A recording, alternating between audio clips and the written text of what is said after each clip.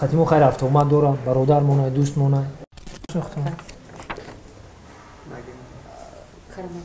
نه نه میگم بچا خوش اومدی آچا جان بگو خیلی اوتر میگم تام خونه دا حسرتی دیداری مهی پرنور سرود می‌سرایند و محفل را با سرود آخرین ما علایوی ممکن است همین پیتانه به توجیکی دویت هم میگن چی میگن؟ سلام دوستان عزیز خوش آمدید به سامانه در راه عشق. بعد از چند مدت خاموشی اینک باز برنامه نوبتی من بهترینم تقدیم شما میگردد. امروز یک برنامه ویژه و خیلی جالب خواهد بود چون مهمانان برنامه ما هر یک بهترین هستند برای مخلصانشان، برای آنهایی که دوستشان می‌دارند. حجم‌نگار جوان کشور که مکتب مخصوصی حجوی دارند دوست مراد شریپوف هستند، بانوی محبوب صنعتکار حرفه‌ای شهنازه رستم، همچنین حکمان امروزه برنامه ما هنرمند شایسته کشور استاد صنعت تاجیک آموزگار دانشکده دولتی فرهنگ و صنعت تاجیکستان به نام میرزا ترسونزاده ماهرخسار صفیه و حکمان دیگری برنامه ما گلنازه میره و صاحبکاری جوان. همه شما رو به برنامه خوش آمدید میگم. نفران ایجادکار البته در برنامه با دستاویز میآیند. از دوست مراد شریف خواهش میکنیم که یک توسط هنر خودشان همه اشتراکچیان برنامه رو بخندونند، چهرهشان بریده شوند، بعداً آغاز کنیم. یک مردک به طرف زنش میگه زنک چند وقت خونه اوچت نرفتی؟ برای خونه اوچت اینا 7 روز خونه اوچت به حضور بگردو. همه خالت چند بار مرا در راه میبینه میگه خونه من نمیاد خبر نمیگیره. 3 روز دیگه خونه خالت برام میگه خب میگه میرم یک بچه‌ک دارن کم کم بچه‌ش عقل بیگونه هم چودا میگرده هم بچه‌ش بعد ایبان 6 روز میگذره که زنک گشته میاد با خونه در تق تق میشه و گودکک میره در هوی میکنه که آیا چم اومده آچا جان خوش اومدی. میگم آچا خوش اومدی آچا جان میگه خیلی اوتر میگه تام خونه دا خوای میگه چا میگه آچا تو نبودی میگه میدونی تام چیکار کرد میگه اوتا چیکار کرد میگه تام تو نبودی میگه یک دختری بیگونه رو میگه هی از زنک بیگونه همسایه قشلاقمون میگه گیر حولی مون اومد وا با چیکار کرد میگه داش گرفت دیگه خونه مون درام وا با چیکار کرد چیکار میکرد بگیر تو دیوان مون برام واه میگه خب که انا میگه تا نچکوندن نریزوندن میری و پیش اوتا میگه فهمیدی رفته میگه زنک دیگه گردنش باند میاره در طرق میزنه رو میکنه مردک کجا دایی کی مردک چیگه پای میگه مرا خونی و چند روی میکنه خودت به حضور در خونه دم میگیری استراحت میکنی میگه گابا کجا برم چی خریدم چی خرید چی گفته است میگه بچه جان نقل که اوتا چیکار کنه نقل که میگه اوتا چیکار میکنه همسایه قشلاق دختر گرفت حولی مون اومد میگه بچه کو کرد بگو بچه کو کرد میگه داس گرفت در خونه مون در اومد انا بچه کو کرد میگه داس گرفت تو دیوان بر اومد انا بچه کو کرد میگه او چه بزرگ کلی بچه کو کرد او خودت اونو مرد که همسایه چیکار میکنی او تو مام خالی که که البته این شوخی کرده گام میزنه. تشکر به شما. خب مخلصان شهنازه بانو هم اینجا منتظر هستن که یک سروده بسرایند. شاید در آغاز برنامه گفتنی دارید برای مخلصانتان. سلام باشین پیش از همه سلام خود را میرسانم به کل آن نفرانی که ما را امروز میشنوند و میبینند. ای چرخی فلک زی دستی تو رنجورم در حسرتی دیداری مهی پرنورم دریا شد و رفت اشکی چشمانی ترم افسوس که نیست آچه ره دورم. تشکر به شما. بدون دعای معلمه عزیز نمیتوانیم برنامه را آغاز بکنیم. خب در اول شاید سرود می‌سرایند و محفل را با سرود و با سخن‌های زیبایشان آغاز میکنند. تشکر زیاد. خب من سرود اعلا میخوانم. مرحمت. علم گم شیرین من بچه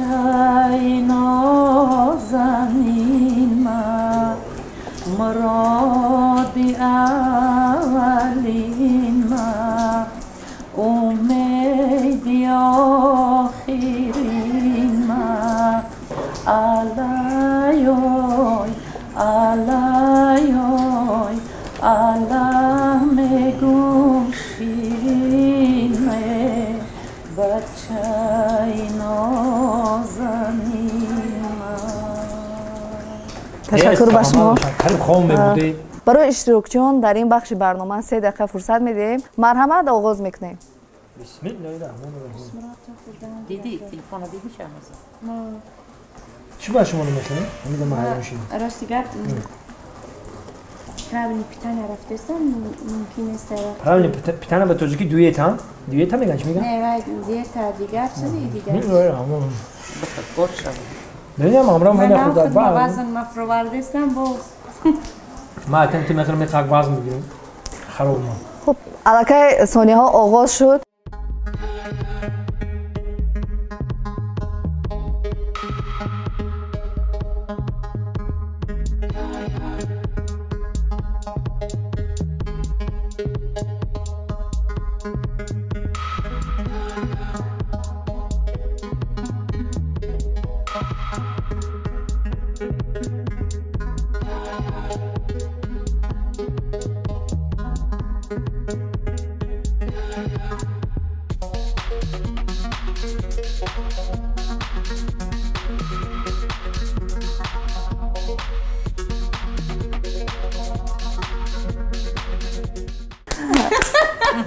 خود را بسیار هم تعریف کردن ولی خیلی کم استعمال کردن در 3 دقیقه.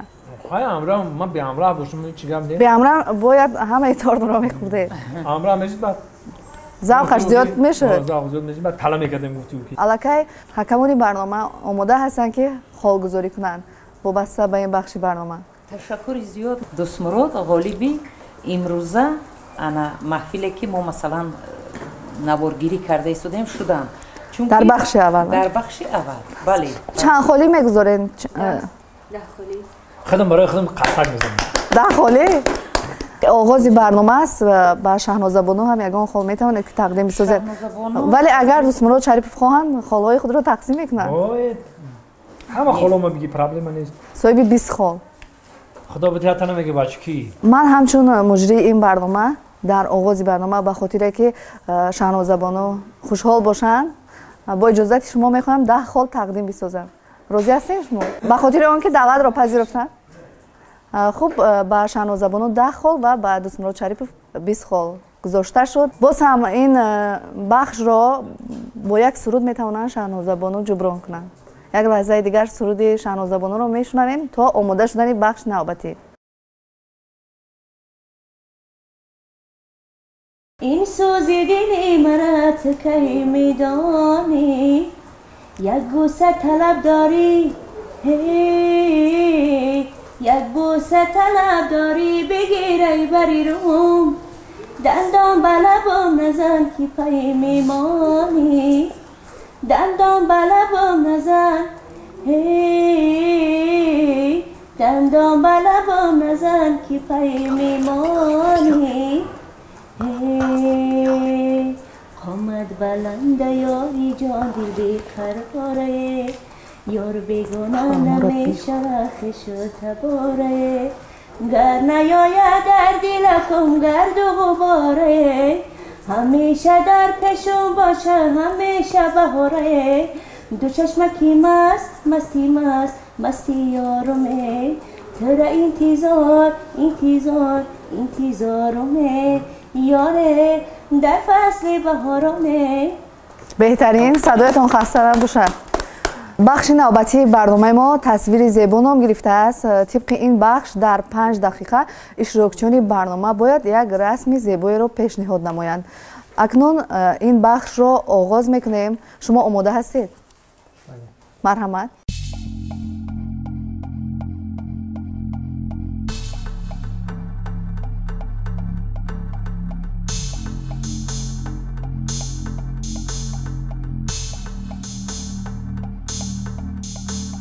راستش رو بگید وقتی مکتب میخوندین اکای دوست مراد چند میگرفتین از همین فنی رسامی؟ تعجب نیست که ما وقتی ما میخوندیم بلکه البوم نداشتیم. راستی گپ وقتی که من کودکی میخوندم کلان سال نیستین شما. ما راستی گپ تولد ما 84 ما قطعی همین وقتی که ما خوندگیم عینی هم بینی‌ها دشواری سال بود راستی گفت. اپای شهنازه شما آخران بار کی رسم کشیده بودید؟ دور مکتبی مونده. یک 10 سال شده است که تماما به دست قلم نگرفته باشید، دو رسامی نکرده باشید. 10 سال. من چی کردم نمیدونم. من میبینم که رسمی انسان رو تصویر میکنن. چشمای ما گرفتی کارا. چشمای زیبا. خیلی دختر میکشم تو مردک. عالمانی روانشناس از روی همین رسم کشی خصلت آدم معین می‌کنند. بله. حجم نگار بودنی دوستمراد شریف علاقه از رسم تصویر کردهش معین شده؟ میتونه درخت کشن، میتونه ایوان گلی زیبا باشن.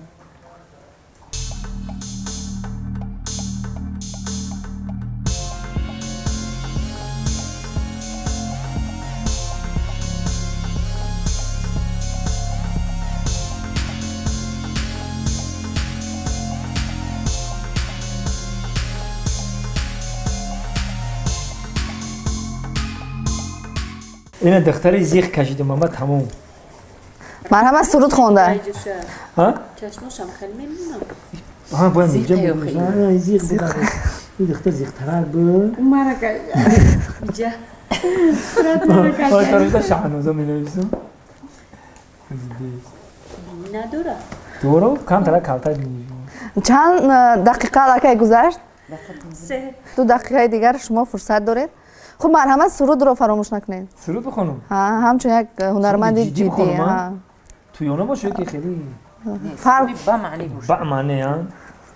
سرود با معنی غزل میگن موقع غزل میخونم غزل مرحمت غزل میخونم مگه ای هم وقتای دانشجو میان غزل در یاد مونده اما غزل میخونم. میگه که دوره دنیایی را سر به سر میبینی تو، گردش ایام را هر سحر میبینی تو. هر سحر بر وقت بخیز و خیریت بر کس بکن، روزی خوش را از خدای معتبر میبینی تو. مرحمت کنی سرود خونه خانه یگان سرود خانه که خیلی باشه سرود سریوزی من. فرق نداره. شما را توسط حجم زیاد میشناسند ولی از دیگر هنرهای شما ما میخواهیم که در این برنامه مخلصانتون آگاهی پیدا کنند.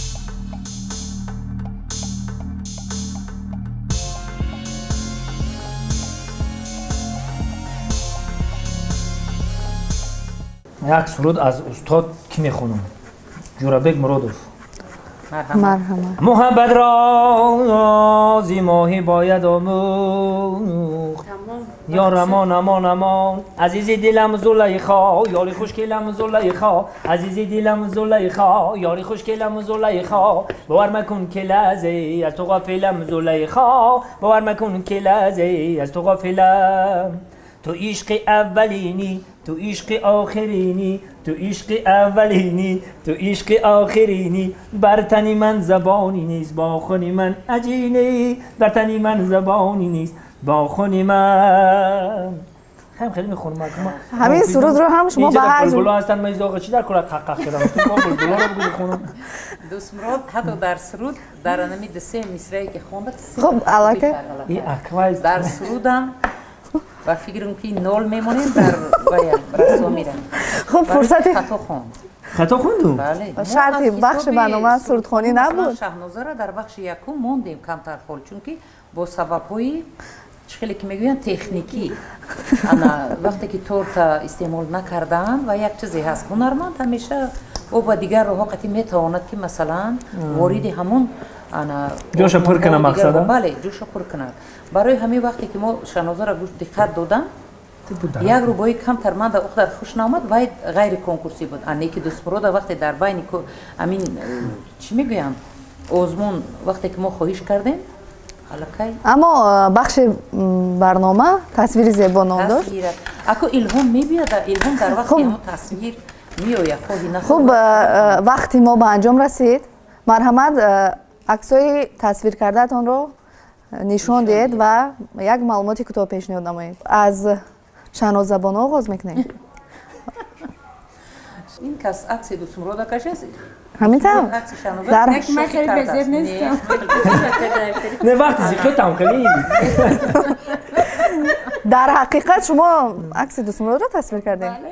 дусмурод ҳамин қа хушрӯе خیلی فرق داره. من خیلی خوب بودم در صورت کراسافچیک بودم دیگه شو این بعد قاشینیاش аз наворбардорон хоҳиш мекунем ки аз наздик бигиранд аксҳои тасвирнамударо. شهنازه هیچ خوردی؟ هی نداشت шаҳноз شهناز خیلی خیلی بد نوشه بده شهناز خوبتره. باید هی داره بخشی شد بید 2 نفر در آزمون تماشا کردیم و کارهای اونا رو دیده برآمدیم. با فکر من شهنازه دست بالاتر است. هیچ گپ نه. در بخش اول دوستمراد بودن. در اینجا شهنازه آفرین ده میمونند. خب барои дусмурод чӣ به هر حال کوشش کردن ولی برای همونه که در چشم دوستمراد با تکس اونقدر نمیفرست برای همین باور نمیاد 5 خال میمونه چون که مهنت کردن یعنی که دلسوزانه حاضر رفتار کردن در اینجا که دخترای ما با عکس خود چونخشران با яъне шумо ба шаҳнозавону 10 ва ба дусмурод шарипов 5 5 من 5 زیادیچ که دوره که خوبه мухлисони азизи дусмурод шарипов марҳамат акси тасвиркардаашро дар муддати 5 дақиқа бубинед. نه یک دختره که ما کشیدم نام شهنازه وقتی زیقیاش کشیدم خیلی بخنده دیگه خیلی نشون شما اصلا همین شهنازه رو دیگر شهنازه نه همین شهنازه خبر هم نوشتم خیلی زیق بود امور کشیدم марҳамат гулнозабону чӣ қадар хол мегузоранд هر دوی اینها بسیار نقص تصویر کردن تصویرها رو البته به شهنازه بانو ده خواب داده می شود و دوستمراد 5 биёед як лаҳзаи дигар боз ҳам дусмурод шарипов барномаро рангин намоянд. маълима аз рӯи ҳунари шумо боз дилгар мешавам бахшҳои дигарда холотона зиёд мекунам. یک برادر ما خوش یگید گرفتایی و دندش هم میشه اینه هم میتاج ابرکن سنایپر خط دشمنو رو میپرونده اینه هم میتاج همین سنایپر خطی هدف ده گرفته است دیگه همین نه دشمن برام نرم که تلفن میشه این تلفن رو میبرداره زنگ نمیستگی میگه لا بای زنگ میگه مرده که خونه که در خونه کاتشکا پیاز نیست خونه مهمان اومده زنگ نزد که من سری کار دارم زنگ نزد تلفنش میکشم میمونم با هزون همین سنایپر خطی دشمن هدف ده گرفته است دیگه که با تلفن میشه با تمه برداره با زنگ نمیستگی میگه لا بای زنگ میگه مرده که این مهمان بالای مهمان اومد این اوچد اومد خشتمن اومد میگه آخه زنگ کوین خونه ده مغازین او برای مغازین کارشکا پیاز قرض بگی بیا اوچا مخشو مهمونداری که مهمانا رو خشو مهمونداری که روزی زنگ نزد که من سری کار دارم تلفن رو میکشه که چش نمیمونه سنایپر خطی بالکن همین دشمن هدف ده گرفته است دیگه که همین نه دشمن برام نرم ده با تلفن میشه این تمام بردار با زنگ نمیستگی میگه الا زنگ بسیاری بعد زنگ زد یا بر بالکن برو زنش بالکن میبره سنایپر طرف زنگ میداره الله اکبر جان زنگ خلاص انا که به حضور همین سنایپر خطی دشمن هدف ده گرفته است که همین دشمن برام نرم ده که با تلفن میشه این تمام بردار با زنگ نمیستگی لبای زنگ میگه مرده که تست خونه بیا که اوچت بالکن برآمد کسی پروندش تو آماده کردن این نقش و نگاری بالای میز یک روبایی دیگه من میخوانم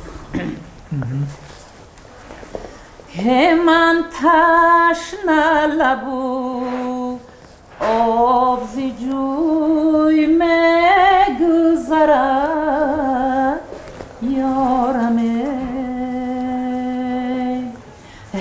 یار بسری دست سبو میگذرد جانمه یار بسری دست سبو میگذرد جانمه به تو بگذشت نیمی عمرم وای جانمه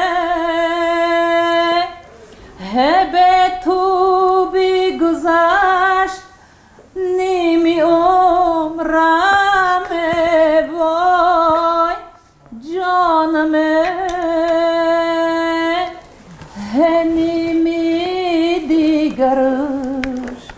در غم تو میگذرد یارمه نیمی دیگرش در غم تو میگذرد یارمه. بهترین سلامت باشم.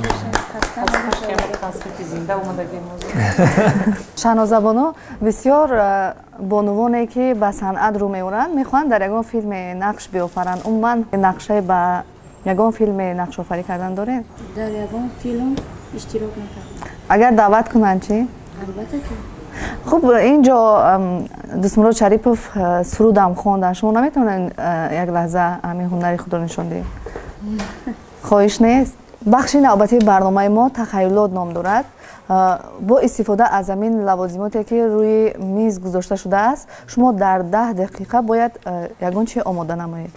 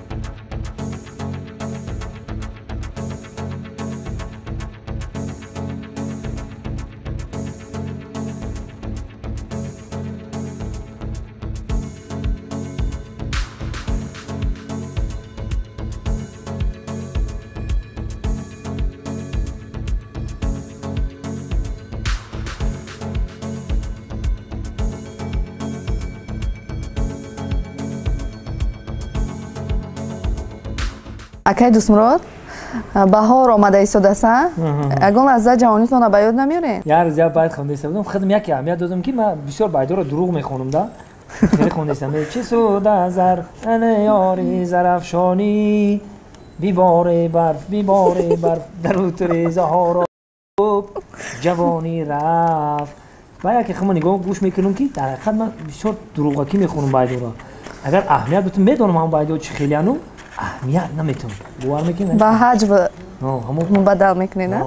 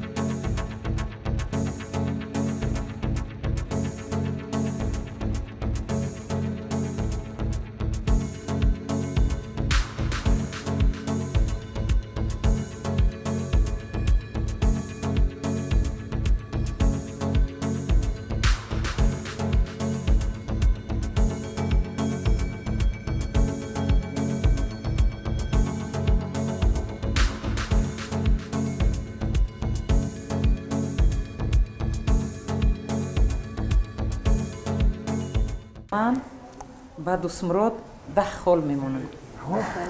ولی من نادیده نمیتوانم اینجا هرچند که رقابت ایجادی است اما باید عدالت در جای اول باشد. هنری شاهنامه‌زبانو بهتر بود نه؟ بله نه بهتر هست ولی دستمردم کوشش کردم. دستمردم گنده نیست کارشون. دوستمراد با همون لطیفه و با همون حظ و شوخیشان آخر دل معلمه رو به دست آوردن. شاهنامه اگر اجازه باشد 12 برای کی صورتگیرک سوخت. نه صورتگیرک نه برای پیش سامانی داره کار میاد. نه خوبه. برای ببین از دوره کودکی همه چیز از خوردی از جوانی وقتی که از بر کنی که در سین سال بالایی با همون زیادتر سوفته می شود خوبتر ایجاد می شود. یگان برنامه در کار می شود؟ البته این میتاری حالت از ما نمیدونستیم که همچه چی گپه. من شخصا نمیدونستم. من یگان کار درک نداشتم دوستیگان. مرحمت گلناز بانو. من به هر دوی ما 10 خودی. بهترین؟ خودی ما همه خیلی در کودکیمون میساختیم چون که دورای پیش یه خیلی چیزی تیار از مغازین که نبود مهنت میکردن مردم. انا مهنت ببین که چقدر خوبه. دوستمراد از سوال گریختید؟ کم سوال؟ از سوالی که در جوانیتان چگونه بودین؟ آیا بچه آرام طبیعت بودین یا که؟ نه مرا نه اوچم همی کارو توصیه داده که آرام طبیعت نه هم سینفوم نه یگم نه که 35 36 در اومدم نه کم طبیعتم آرام شده است. آرام شده که به نهایت یک جدا که عیبم شد در روپروی کردم زردی پشم میگفتن حد گیزلا بدم در نوای دایره میرفتم کودکان رقم میدیدم همین یگان کار نیست که من نکرده باشم خدمت مادر وطن رفتم هموتا در دانشگاه دولت صنعت و فرهنگ تاجیکستان میخوندم هموتا هم کورسام تازه رو ببینن هم فقط کارهای مرا نقل میکنن میخوندن و هم مقصد که آرام طبیعت نیستم ده گفتن بهترین یعنی من در نظر دارم که از روی همین آرام طبیعت نبودن تا یگان دختر یگان شپاتی بسیار زدگان خیلی خیلی همین پستیان مرا میزنن دخترها در تویا میزنن یا کجا نه وقتای جوانیتون دادن هم وقتای جوانی در دانشکده هم زدن در تمام اینجا در دخترها در راه هم رفته استیم خیلی دخترای وزیرام گرویان کو همیا گام میزنن دخترای خوشو ممکنه شما را گاب میگی که میگم میکنی اومد همه رو خیلی خرابات میبینن خیال میکنن که جون ندارم نمایشی دست ما پروتفیلم نت پریومانه که من همین حقیقت کردم اینا چیز میگم میگم دختر قتیل نه گپی بعد گفتم دخترا نه زدم شوخی کردم با شوخی قتیم جنگ شدیانو همودا ما فقط شما را دخترا زدگن بالا نرفتم قتیشون میگم ما چی میگن با گپی خون میگن ابینی بالا گپ نزدم ما باور کن یگم زنا قت یگم دختر قت ابینی بالا گپ زدگی نیست فقط شتا خورده خیلی در پیش دیگانوش یگم گپ میگم که وای نمیفهمم گپیمو میومد جنگ هم میشیدن قتیم راستی گپ چند بار زدگان من گفتم که ما گپ نمیزنم گفتم شد من قتی زنک مردم من گپ نمیزنم بحث هم نمیکنم درم هم جور خولی میکنم میگریزم حالا هم همین طور هستین در خونه بحث نمیکنه همسرتون کتین چی گفتن گپی یانگ شگر میگم که زنی کم گپ در تقدیر ما اومده زنی بیراش که همون مقصد که همین قشگر میگم که نباشه کارهایی که ما میکنیم در دیسکو در مقصد یوتیوب و در کلیپ و در کینو و در تمام اینجا دیگه زنک باشه در دیگه جو میگن دیگه دختر مقصد مرا یگم چی نمیشن میگن تا هستین با همین زنی تو چه تو خود میکنن در کاروی تو میگم خیلی همین میدونه که من قطعا دختر صورت گرفتم ساعتش میارم قطعا دختر صورت گرفتم 2 ساعت خونه میارم مقصد کاری ما همیه اخی مقصد همین سیون که میکنیم ما همینجا میشینیم کاری ما همیه ما همین کس ما نون میخوریم باید بفهمن که ما شما تقلیدی هنرمندا رو کرده میتونی ما بسیار هنرمندا رو تقلید میکنم. من میگم 2-3 هنرمند. این شخصا من تقلید کردم میتونم. از ذکر الله بسیار تقلید میکنم. و من بسیار وقت میگم هی همون راهی که پایانش نمیبینم وطن دوریست. وطن دوریزم.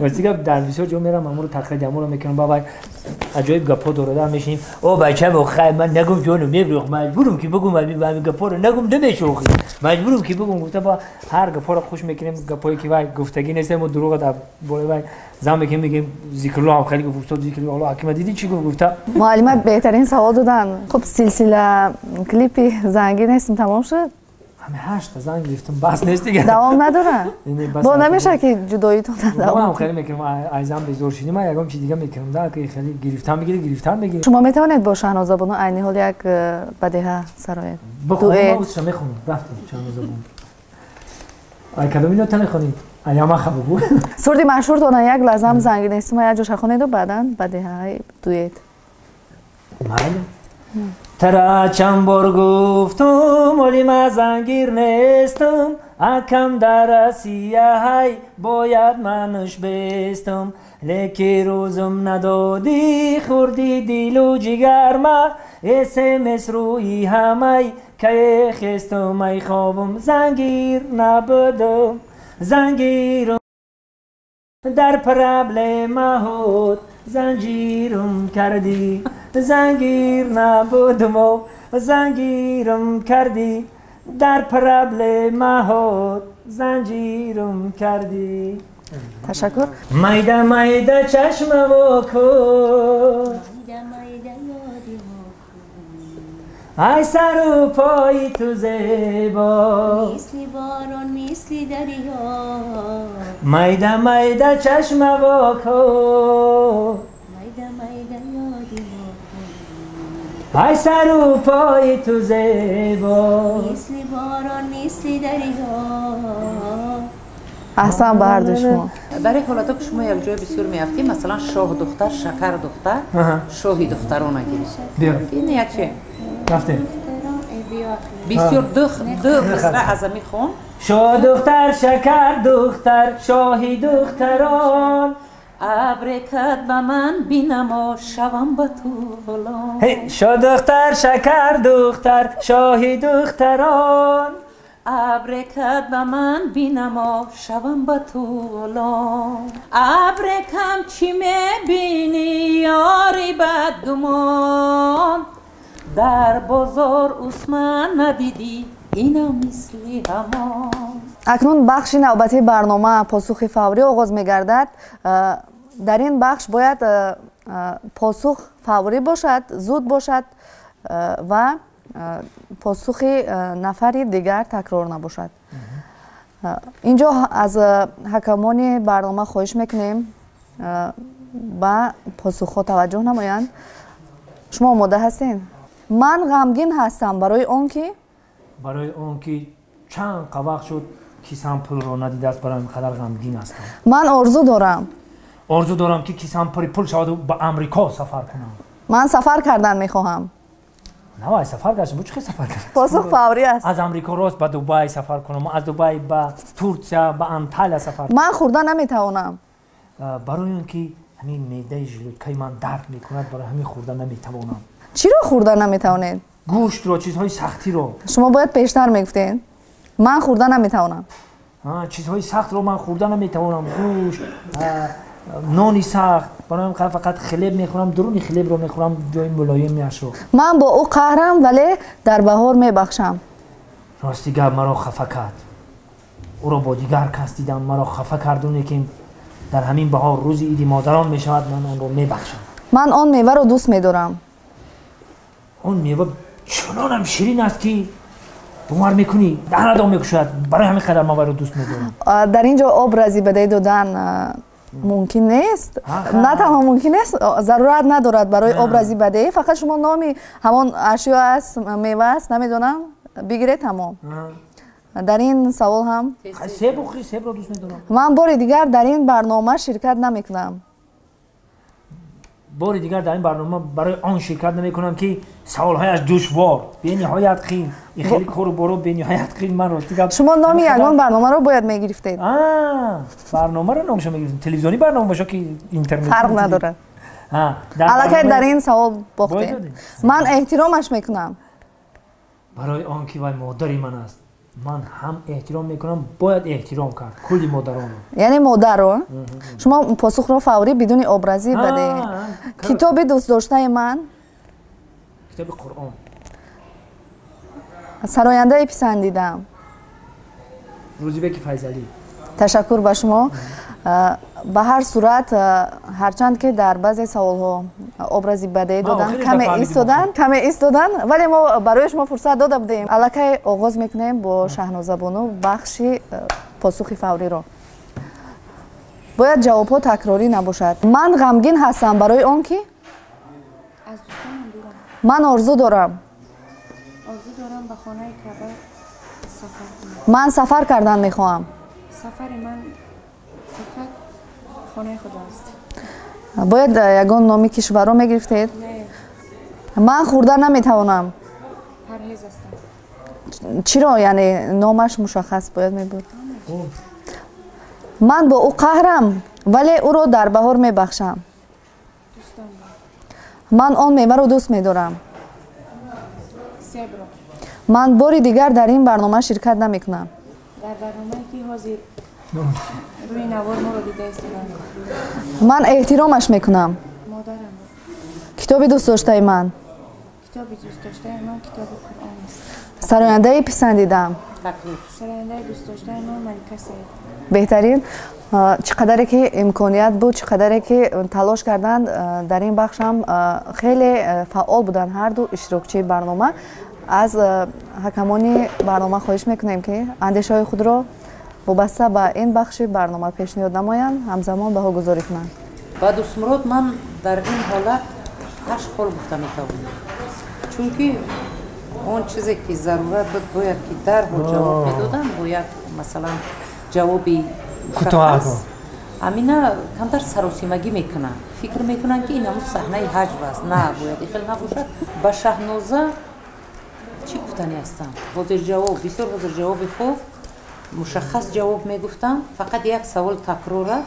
من با شهنازه 10 خال رو این حاضر روا میبینم. از خصوصیت های این بخش صرف نظر میکنید؟ ما در آغاز گفته بودیم که جواب باید تکرار نباشد. تکرار فقط یک تا تکرار شده شهنازه، دیگرش تکرار نبود. بسیار مشخص جواب میدادن، یعنی که زبان نخویده کلمه را در جواب میدادن. به همین خاطر اگر که معلمای عزیز هستند ما دیگر سخنی گفتنی نداریم. مرحمت گلناز بانو. بخش نوبتی برنامه ما چقدر معلومات نام گرفته است. در این بخش ما عکس‌ها را پیشنهاد میکنیم. وابسته به عکس‌های پیشنهاد شده باید اشتراکچیان برنامه اندیشه‌هایشان را ابراز کنند. شما آماده هستین؟ و شما فهم است؟ یگان جای نگرانی نیست. این عکس‌هایی که ما پیشنهاد میکنیم آن کسان را شما میشناسین، چهره‌های شناخته هستند. از کی آغاز کنیم؟ از من. یکی از حافظ قدم قربان نامش از دهه چگان.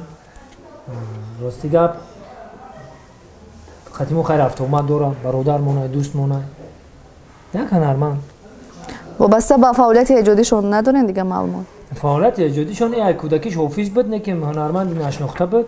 راستی گپ اینمی 2-3 سال اخیر یک دو تا سرودهای شوخی آمیز خواند، یک دو بین مردم چهره شناخته شد. بعضی رو برای بدی هم میشناسن، برای نیکی هم. برای نیکی هم. اکیرا برای شوخی ها.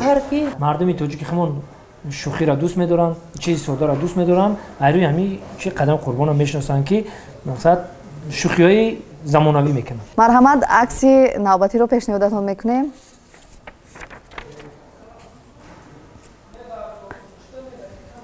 من راستیگه بیده نشناختم. نه شما علاقه یک بار دیدین، ما میتونیم که دیگر شما رو این عکس رو و شما نشان ندهیم. تاش نخوندم نکی. نه اینا من بگم کیا، من بگم کیا ای پشت نمیخواد صورتش بگم یاشیای علاءالدین عبداللهی فای با فکرم یاشیای علاءالدین عبداللهی. شما باور دارین شاید عکس دیگر نفر باشه؟ نه انا کسا یاشیای انا ما ای خنده شناختم. انا با ای خنده ما عکس دادین؟ نه بگم که چیکارای مقصد این سالای پیش هنرمند تئاتر بود. با وقتای اخیر یک 10 سال اخیر به حج رو آوردگی هنرمند خلقی جمهوری تاجیکستان، هنرمند تئاتری شهر باختر با نام عطا محمد جانوف علاءالدین عبداللهی میباشد. شما در نگاه اول نشناخته نه؟ راستی گپ نه، بعد شناختم. چه خیلی نشناختین؟ ما راستی گپ ای خنده هاش آرایش مویش راستی گپ در شادروان کرامت الله قربان مانند است. مویله باش با خدا رحمتی کرامت الله قربان مانند. هنر خنده هایش بعد به خودش. یگان صحنه‌اش رو اجرا کرده میتونین؟ خیلی ها همیشه باید بگو که میدانمش چی میشه و نمیدانمش چی میشه. همیشه باید بگو تو تمام میدانم چی میشه نمیدانمش میشه. راستی که استاد بابی راستی که میدونم که انا پشت دیوار چیست در پیش دیوار چیست میدونم و انا در پشت دیوار چیست نمیدونم انا این است میدونم وای اناش نمیدونم انا دیدی نمیدانستی دادرم نمیدانستی میدانمش که همه که میدانم که من برم اگه نمیدانم که کی من برم بهترین اکنون نوبت اون رسیده است که عکس‌ها رو به شهناز بانو پیشنهاد کنیم. درازی چیکار است؟ درازی همچون یک هنرمند میشناسم. همچون یک بلاگر. خب همین قدر معلومات دارین دربارش. تشکر. اکنون عکسی نوبتی رو پیشنهاد میکنیم. مقدس نبی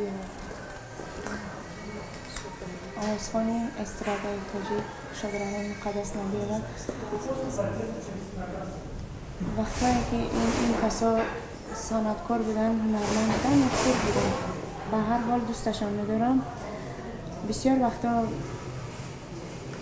شده بود که من تقلید میکردم مقدس نبی رو میشناسم. چگونه سرودها داشتند و هنوزم گوش میکنن مردم؟ خانم چکره چکیدن گیرد زلفاش خمیدن گیرد چکره چکیدن گیرد زلفاش خمیدن گیرد آی روخی جانانه عرق چکیدن گیرد آی روخی جانانه عرق چکیدن گیرد میروی و میروی خنده کنان میروی خنده کنان چی باشد جلوه کنان میروی خنده کنان چی باشد جلوه کنان میروی. با سبب‌های گوناگون امروز ما نتوانستیم چند عکس دیگر رو پیشنهادتان بکنیم. به هر صورت این بخش رو هم با فعالی خود به انجام رساندید. مرحمت اندیشه‌های معلمه عزیز و گلنوزه بانو رو میشنویم. در اول که دستمرد صورت علویدین رستگاه آنقدر نشناختن که بعداً درست این قید کردن که علویدین هستند و به درباره‌شان معلومات‌های خوب گفتن. بهترین شنوزبان‌ها هم به نهایت معلومات‌های درست دقیق جواب دادن. این عکس‌ها آفرین به هر دو شما من ولی 10 میمونم. مرحمت معلمه. خب تشکر میگویم اولا از این برنامه‌ای که امروز شما تهیه کردید و این جوان‌های نازنین دعوت شدن. خوب که میبینم که هست در جوهر یک چیزی که هست که کوشش میکنن غیرت کردن امروز در این برنامه. از جوابهای اینا خوب برمی آید که با خبر هستن از هنرمند از بعضی من میگم که آموزن چقدر با آموزن چون که اینا جوان هستن. به هر دوی این دو نفر من دخالی رو روا میبینم. از بخش‌های برنامه آگاه نبودن. بله از عکس‌ها با خبر نبودن. با خبر شدم که خاطره قوی دارن فوراً پاسخ میگن. بله وقتی که درباره یک هنرمند مثلا جواب دادن برای دستمرد دشوارتر بود چون که پهلوهای موسیقی و مثلا سرودها و خوشگویی‌های که علویدین عبدالله خیلی خوب است و کوشش کردن که به هر حال دشوارتر بود در این مورد گپ زدن. مثلا در آینده فکر میکنم که الکی پخته می شود برنامه و من بعدا برای شما میگویم که امروز بد نبود چون که در قدم های اینا هم نمیدونستن که سوال باید ندونن باید همه خیلی حاضر جواب شد. هنرمند باید که هوسکار نباشد یعنی هوسکار سالهای پیشین سالهای 45 سال پیش 44 سال پیش ما روی صحنه آمدیم هوسکاران صنعت میگفتن هنرمندان جوان ما زینه به زینه بالا برآمده بودیم از همین ما را خلق تربیه کرد اولا پدر و مادر تربیه کرد بعدا بیننده ما مثل که دستمرد جان گفتن پیامک نمی نوشتن همین هنرمند در یک سال همگی 2 تا پیدا میشی اکتیور 1 یا 2 تا پیدا میشی. ببین که تا به امروز عطا محمد جان و حسین گدای و عبید رجب مثلا دیگر هم میدونید که چقدر آمدن تو همین شب و روزه مثلا جوشان جنت باشه بعضی اونا ما از دیده ها و از گفته ها و از کارهای او илҳом мегирем давом медиҳем дар он яъне корои онҳо ҳастем бигзор ки ҷавонои мо ҳаме хел бошанд ки пухта бошанд. ташаккур. то вақте ки шумо баҳоро ҷамъбаст мекунед кӯтоҳак вобаста ба бахшҳои барнома фикри ишрокчиёнро фаҳмидан мехоҳем ва дар ҳамин барнома боз чӣ гуна бахшро шумо пешниҳод мекунед? Марҳамат. 100 та зиёдам хеле барномада ман иштирок кардам. бовар кунед хонаи ҳамин интернета бинед ман бори аввал хеле душвору хеле мақсад ки хубу хеле илҳомбахш набудем. мо ҳам як ҷо мерем бисёр ҷо як хелам як намуда як такрора ки ҷое мерем такрора барои ҳамин ба ман писанд омад барнома. ташаккур ба шумо. марҳамат апай Шаҳроза. حالا برنامه بهترین از گل برنامه هایی که ما اشتراک میکردیم خیلی فرق میکنه. فرقی کلام داره. бозам дар ҳамин барнома ягон бахшҳои навро метавонем пешниҳод кунем? чӣ гуна яъне? فکر میکنم بعدا به شما میگم. ташаккур. мақсад ки инам хеле бо мешавад ки ҳар як ҳунарманд ҳусни хатша бибинед китобхониша бибинед. мақсад дар як дақиқа чӣ қадар китоб мехонад? чӣ қадар китоб мехонед чанд қа менависад. хуш омадед бори дигар. сипосгузор ҳастем ки фурсати хеле ҳам гаронарзиши худро барои мо сарф намудед. бозам сухан ба муаллима дода мешавад. мо фикр мекунам ҷа ғолибу мағлуб нест. вақте ки дар саҳнаи ҳунар мешинад ду ҳунарманд бояд ки яке аз дигари бартарӣ дошта бошад. ба Дӯстмурод аз тарафи 2 нафар ҳакамон 85 хол дода шуд. саломат бош. табрик ба Шаҳнозабону 97 хол раво дида. табрик беҳтарин. табрик. саломат. ҳар яке шумо аллакай беҳтарин ҳастед дар ҷодаи худ барои мухлисони худ, вале чун муаллима инҷо будан ҳакамон инро раво дидан. ҳадафи барномаи мо ғолиб ё мағлубияти касе нест, танҳо лаҳзаи фароғат аст, лаҳзаи ҳазлу шӯхӣ аст. як соҳибкори ҷавон Раҳматулло ки намояндагиаш онро Гулнозабону ба дӯш доранд, як тӯҳфаҳои хурд ва хотирмон барои шумо пешниҳод мешавад, тақдим мешавад. марҳамат. аввал ба ғолиби барнома хайр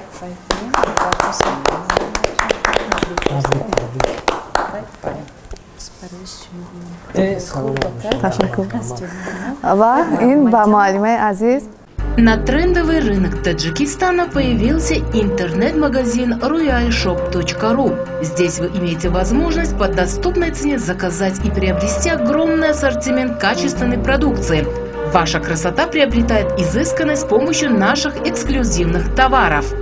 royalshop.ru. Новый год с новыми приобретениями. дӯстони азиз, аз ҳамаи шумо сипосгузор ҳастем барои тамошои барнома. бо мо буданро фаромӯш накунед.